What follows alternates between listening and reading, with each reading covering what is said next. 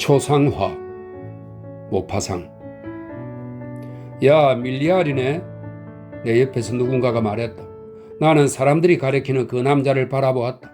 그 돈 후안 같은 사나이를 알고 싶은 마음이 오래전부터 있었기 때문이다. 그는 이제 젊지 않았다. 머리카락이 흐린 잿빛이어서 북쪽 지방 사람들이 쓰는 털모자와 조금 비슷했다.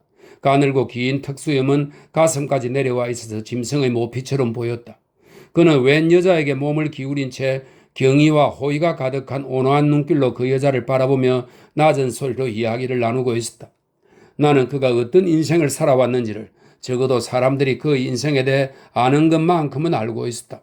그는 여자들에게 여러 번 열렬한 사랑을 받았고 그가 연루된 비극이 여러 번 일어났다.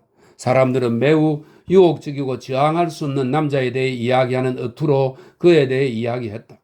그런 능력이 대체 어디서 오는지 알고 싶어서 그를 무척이나 찬미하는 여자들에게 질문을 하면 그 여자들은 대답할 말을 한동안 찾은 뒤 이렇게 말했다. 잘 모르겠어요. 아무래도 그의 매력에서 오는 게 아닐까요? 확실히 그는 잘생기진 않았다. 여자들의 마음을 쉽게 정복하는 사람들이 타고난다고 여겨지는 우아함 같은 것도 전혀 없었다. 나는 대체 그의 매력이 어디에 숨어 있는지 궁금했다. 정신 속에? 하지만 사람들은 그가 했던 말을 인용하거나 그의 지성을 칭찬한 적이 한 번도 없었다. 눈길 속에? 아마도 아니면 목소리에? 어떤 사람들의 목소리는 관능적이고 저항할 수 없는 매력을, 진미의 음식과도 같은 풍미를 갖고 있다. 그래서 사람들은 그 목소리를 듣기를 갈망한다. 그들의 목소리는 달콤한 사탕과자처럼 우리 안에 침투한다. 친구 하나가 지나갔다. 나는 그 친구에게 물었다. 자네 밀리알 씨와 알고 지내나? 그렇지. 그럼 나를 그 사람에게 좀 소개해 주게. 1분 뒤 우리는 악수를 나누었고 대화를 했다. 그가 하는 말은 적절하고 듣기 좋았지만 특별히 훌륭한 내용은 없었다. 목소리도 좋고 온화하고 상냥하고 음악적이었다. 하지만 솔직히 그보다 더 마음을 사로잡고 더 매혹적인 목소리도 들어보았다. 사람들은 아름다운 샘물이 흐르는 모습을 바라보듯 즐겁게 그의 목소리를 들었다.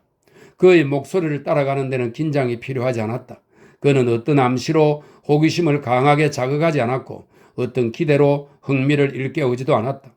그가 하는 대화는 오히려 휴식을 주었다. 대답하고자 하는 혹은 반발하고자 하는 강렬한 욕구나 매혹되어 칭찬하고 싶은 욕구를 사람들의 마음속에 불러일으키지 않았다. 게다가 그의 말을 듣는 것만큼이나 그에게 대꾸하는 것 역시 수월했다. 그가 이야기를 마치면 대답이 입술에서 저절로 흘러나왔다. 마치 그가 한 말이 그 말에 대한 대답을 자연스럽게 끌어내는 것 같았다. 얼마 지나지 않아 통찰 하나가 내 머리를 스쳤다. 불과 15분 전에 그를 알았는데 그가 오랜 친구처럼 느껴진다는 사실이었다. 그의 얼굴, 몸짓, 목소리, 그가 하는 생각 등 모든 것이 오래전부터 알아온 것처럼 친숙하게 느껴졌다. 얼마간 이야기를 나눈 것뿐인데 그가 내 마음 깊숙이 자리를 잡은 것처럼 여겨졌다. 우리 사이의 문들이 모두 열렸다. 만약 그가 속내 이야기를 털어놓으라고 깨웠다면 아마도 나는 아주 오래된 친구들에게나 털어놓을 만한 이야기들을 자청해서 술술 털어놓았을 것이다. 확실히 그에게는 신기한 면이 있었다. 모든 존재들 사이에는 장벽이 있고 시간이 흐르면서 공감, 비슷한 취미, 지적 취향이나 지속적인 관계를 통해 좌물쇠가 열리는 것들처럼 그 장벽들이 하나하나 허물어지지만 그와 나 사이에는 그런 장벽이 존재하지 않는 것 같았다. 그가 운명의 여정에서 만난 모든 여자들 혹은 남자들과의 사이에서도 틀림없이 그랬을 것이다. 반 시간 뒤 우리는 앞으로 자주 만나기로 약속하며 헤어졌다. 그가 모레 점심을 먹으러 오라고 초대하면서 나에게 자기 집 주소를 알려주었다. 나는 약속 시간을 기억하지 못해 너무 일찍 그의 집에 도착했다. 그는 외출해서 아직 돌아오지 않았다고 했다. 단정하고 말없는 하인이 아름다운 응접실의 문을 열어주었다. 조금 어둡고 사적이고 명상적인 분위기가 감도는 응접실이었다. 내 집에 있는 것처럼 편안한 느낌이 들었다. 집의 분위기가 성격과 정신에 큰 영향을 미치는 경험을 내가 얼마나 여러 번 했던가. 유감스러운 느낌이 드는 방들이 있다. 반대로 어떤 방들은 언제나 친근하게 느껴진다. 어떤 방들은 밝고 하얗고 금박 장식을 했는데도 음울한 분위기를 풍긴다. 또 어떤 방들은 칙칙한 느낌의 벽지를 발랐는데도 분위기가 즐겁다. 우리의 눈은 마음처럼 좋아하는 것과 싫어하는 것의 기준을 갖고 있다. 그런데 그 기준은 우리가 처한 상황을 고려하지 않을 때가 많고 우리의 기분을 은밀하게 좌우한다. 가구와 벽의 조화, 실내의 전체적인 스타일이 숲, 바다 혹은 산의 공기가 사람의 몸 상태를 달라지게 하는 것처럼 우리의 정신을 달라지게 한다. 나는 쿠션이 놓인 소파에 앉았다. 그러자 내 몸의 형태가 그 소파에 미리 표시되기라도 한 것처럼 실크로 쌓인 그 깃털 주머니들에 의해 복도도 지고 지지되고 든든히 채워지는 기분이 들었다. 이었고 나는 주위를 바라보았다. 특별히 눈에 들어오는 물건은 없었다. 수수하면서도 예쁜 물건들이 곳곳에 있었다. 몇 점 되지 않는 가구들은 소박했다.